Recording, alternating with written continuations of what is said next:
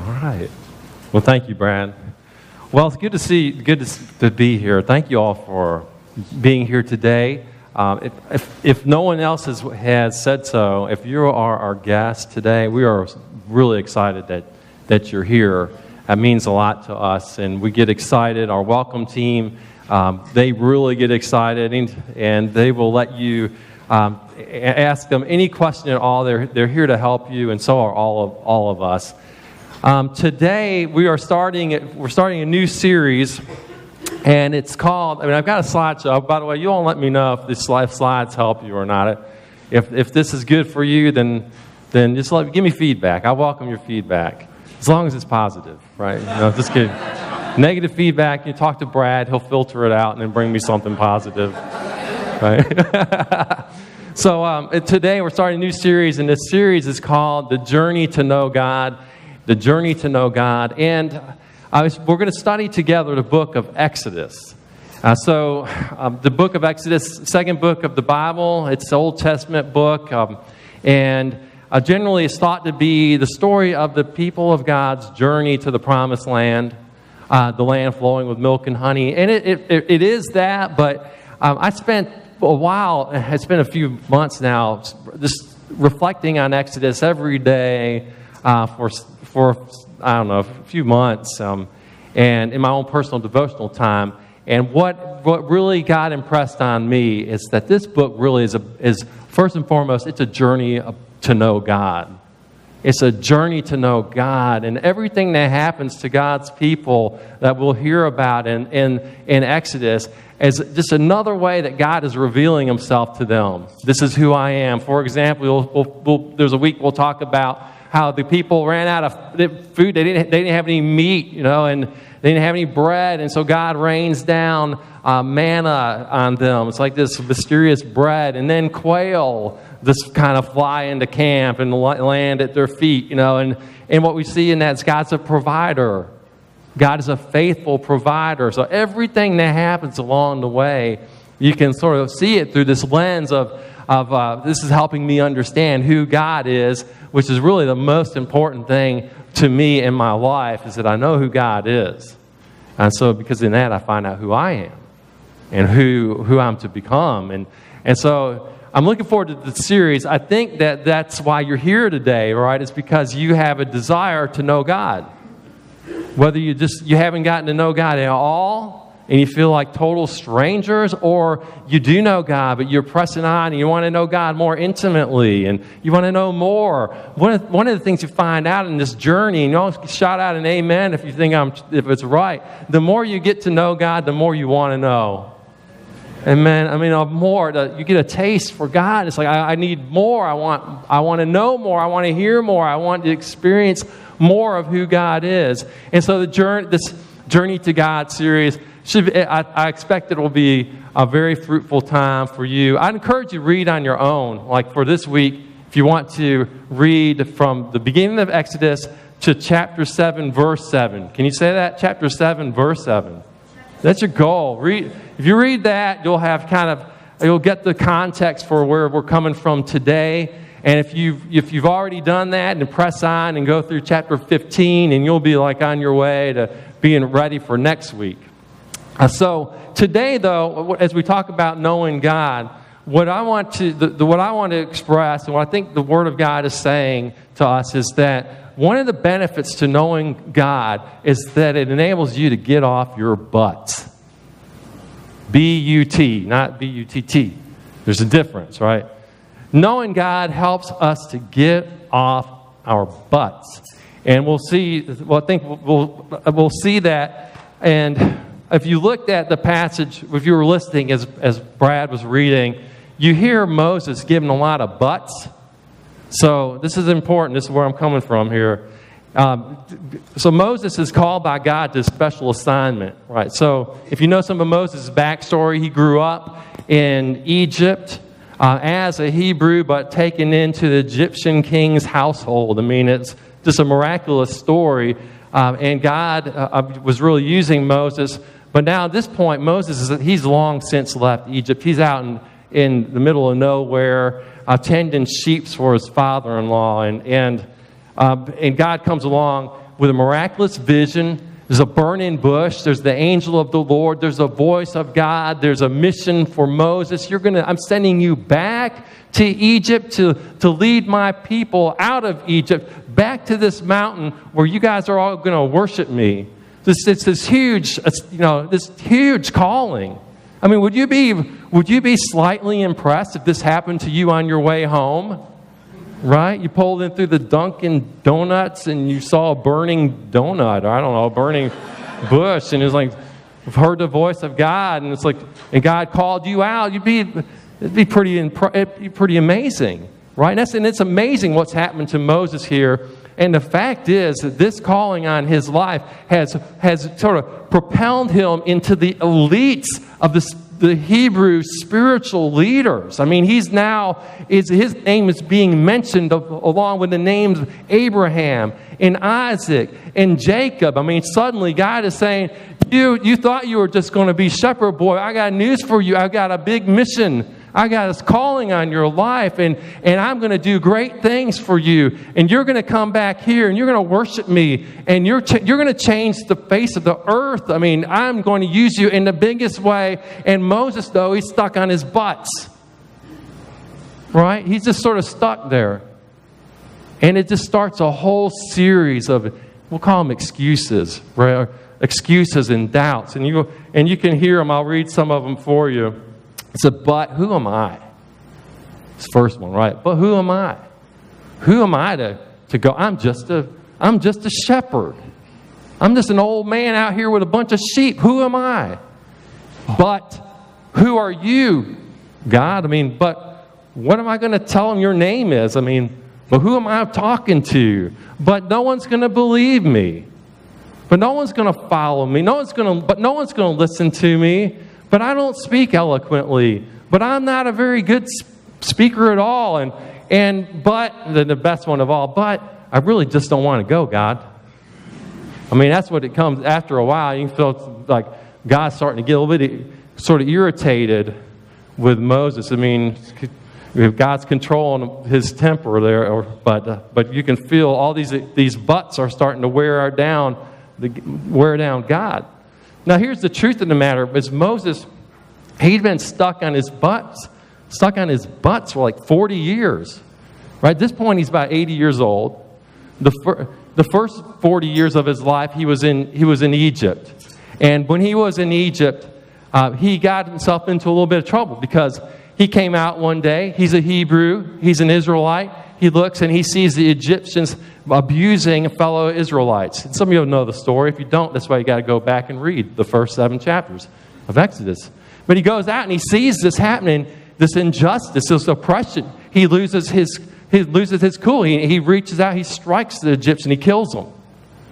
And instead of the people of the Israelites who were around him and saw this thing, instead of them saying, "Hey, you're our champion, Moses," they're like, "What are you doing?" And he feels like they turn on him.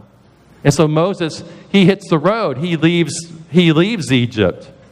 And it's been 40 years since he's been there at this point. He runs for his life, like into hiding and hoping that he doesn't get caught for what he's done. Well, back in the day, it's never a good idea to murder anybody. Don't do that, right? Never do that. But back in the day, Moses had some zeal, right? He had some courage. He had some passion. He had some confidence. He got out ahead of himself. He didn't go the right way about trying to help his people, but he had a real desire then. Now, fast forward 40 years, he's lost it. Right? It almost seems like he's out there in the wilderness with his head in his sand, kind of, piddling away his life with a bunch of sheep, while his people back in Egypt, still in captivity and slavery, are continuing to be abused. And in fact, the abuse is ratcheting up. And where is Moses? He's sitting on his butts. Right? He's stuck on his butts. Now, I wonder if anybody here can relate to that. Maybe there's something going on in your life. I got a picture. Can't show it yet. You got to wait for the sign. Wait for the sign, Joy. No, not yet. Wait, hold on. I got to prep this. I got to get ready for this picture. Maybe you're stuck on your butts today.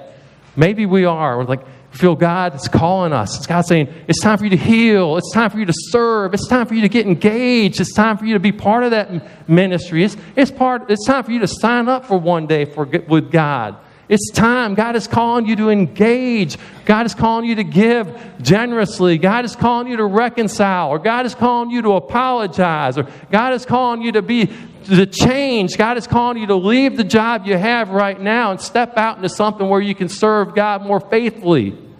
I don't know what it is, but I imagine every one of us has got some kind of burning bush experience that we can point to, or we will experience, and maybe all those butts are starting to wear you down. They're holding you back, and you feel like this guy. I'm almost afraid to show him. All right, got to hide that. That's terrible. You don't want to look at that too long, right? Maybe you feel like these butts of mine are getting in the way, right? It's time to move on. Dude, it needs some pants or something, right? That's so funny. I'm hoping I don't, Al, if our chair of SPRC, I hope I don't get too many calls later today. But maybe your butts are starting to bother you. You're like, I'm ready to move on. I mean, I've been stuck long enough. How do I move forward? I don't want to be sitting here and stagnant or stuck for any longer. I'm ready to move on to this thing God is calling me to do. I'm ready to step out in faith. I'm ready for a change. I feel like God has got a call on my life for greatness, and I'm tired of being mediocre. Does that resonate with anybody? I'm tired of being broken. All my life I've been damaged goods. I'm tired of that. I want to be healed. Right? Is that today the day? And it's like, and I want to get off these butts and move on. So what has happened? So God encounters Moses, and God gives Moses what he needs to be able to get up and get moving. And basically what Moses needs is a knowledge of God. He needs to know who God is. Over all these years, it's like he's forgotten who this God is. Right? Who God is, what God is like, what God can do. He's forgotten. It would appear forgotten the greatness and the awesomeness of God and the love and the compassion of which this God is known. And he's forgotten, so he needs to be reminded. And as you look at these passages, just the little excerpts we read today, there's a lot happening here where God is beginning to inform Moses as to who he is. God, in short time, God has given Moses a PhD in the essence and nature of God. I mean, there's a lot that's happening here already in these first few chapters. So Moses is learning, this is the God that my ancestors worshipped, right?